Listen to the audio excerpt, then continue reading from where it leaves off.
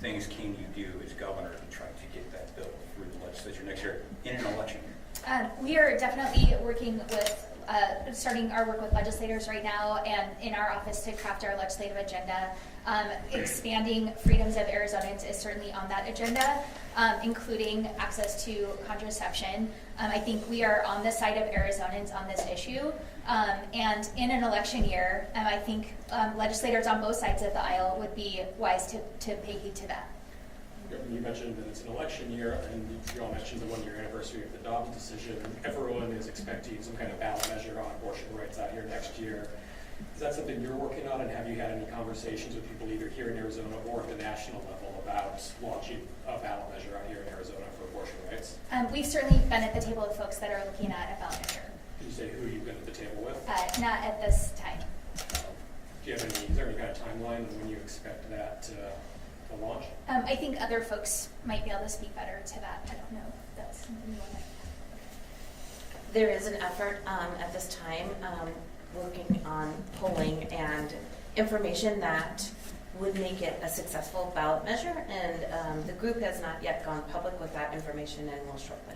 Are they still working on kind of the details and the language, exactly what it Yeah, would be? exactly. And you know, there's a huge amount of resources that will be needed, and we're looking at $40 to $50 million, and so it needs to be successful. Is that funding lined up yet, or is that still something? Of course, I mean, a bit, but not, yeah, you don't just get 40. Yeah.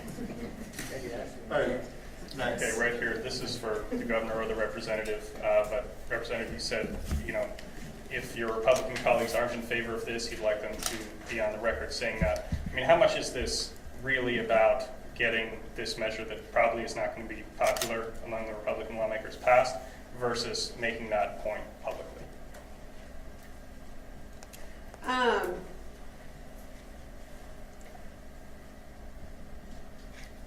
As someone who, since the beginning of my adulthood, has utilized contraception and is continuing to be the beneficiary, being able to plan my own family the way that I see fit, the intent and the effort is to get this passed. And I can't emphasize this enough. If the votes are not there, or if the legislation cannot move because of who the majority put in charge of the Senate or the House, then that majority needs to change. So I want to be very clear. The intent and the effort is to get this passed. But if it fails to pass, people need to know, because this is a right that is under real threat right now.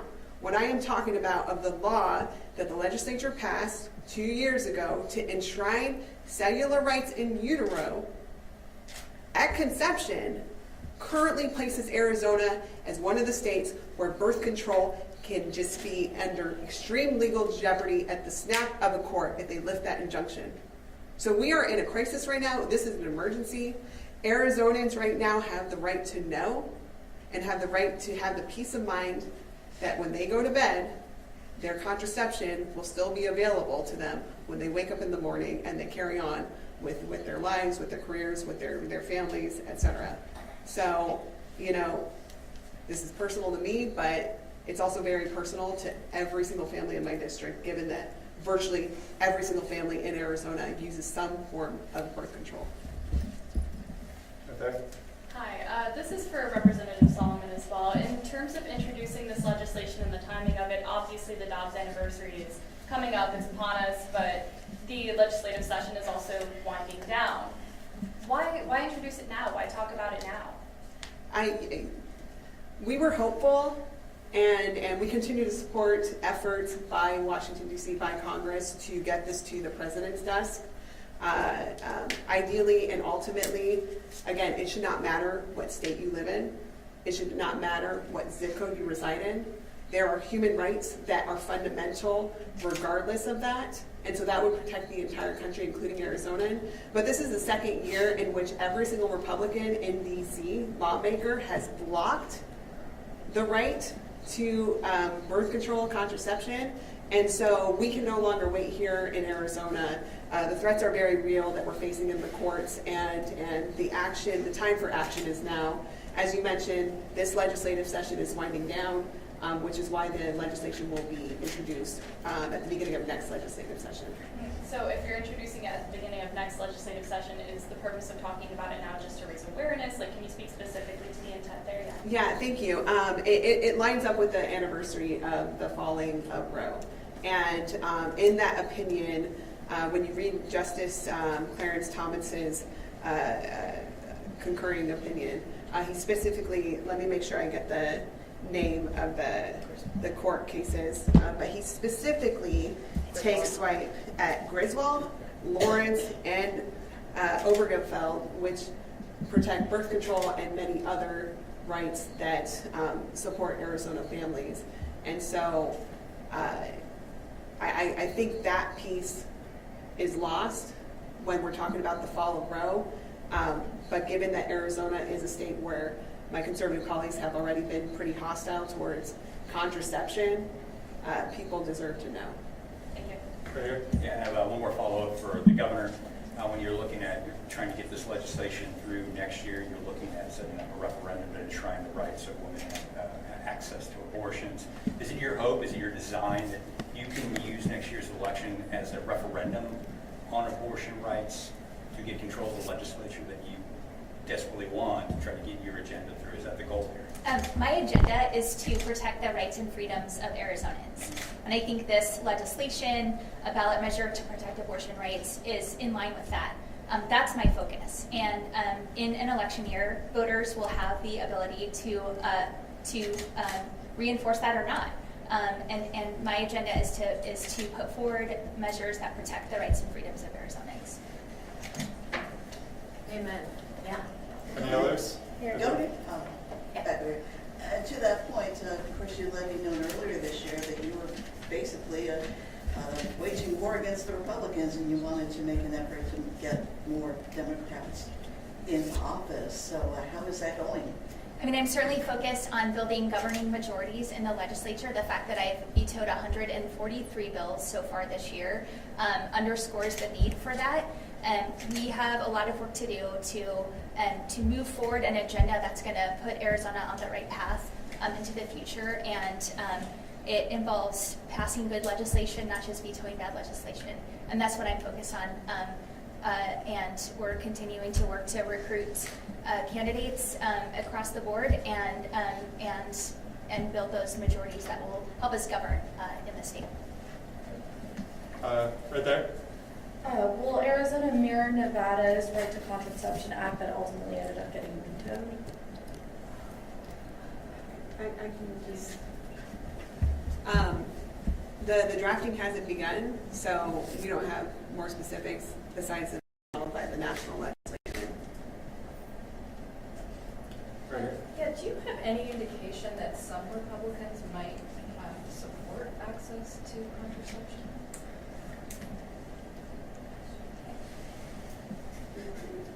I mean, JT Rita sponsored that bill. She's not here anymore. Yeah. So I want to be very clear. Right now, we know for sure we have 29 votes in the House. Every single Democrat supports the right to contraception. 14 votes in the Senate. Every single Democrat supports the right to contraception.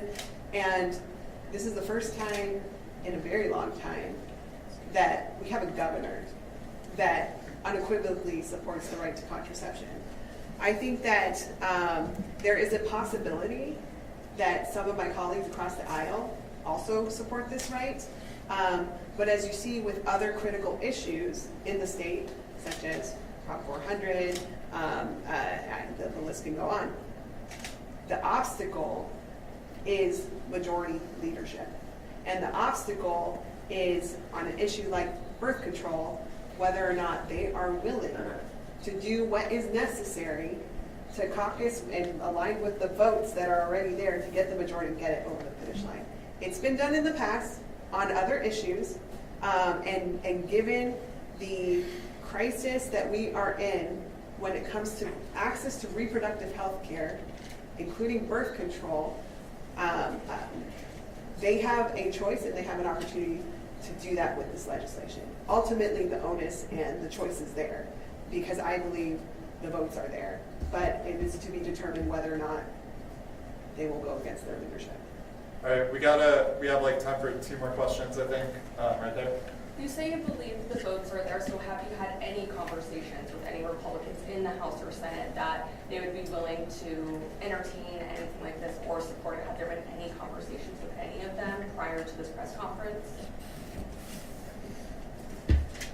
In previous legislative sessions, there was a year where we expanded access to contraception through pharmacists, and so there's been previous conversations regarding the general idea of contraception.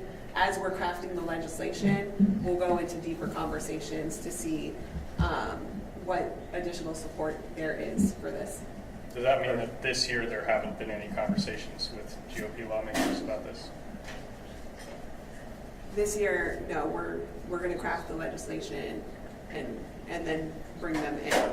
But again, previous years, we have a foundation that we're starting with on trying to get something through.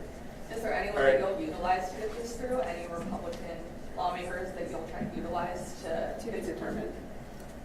All right, I think we got to call it wraps, everybody. Thank you so much for coming. I'm available to chat afterwards as well if you have any additional questions.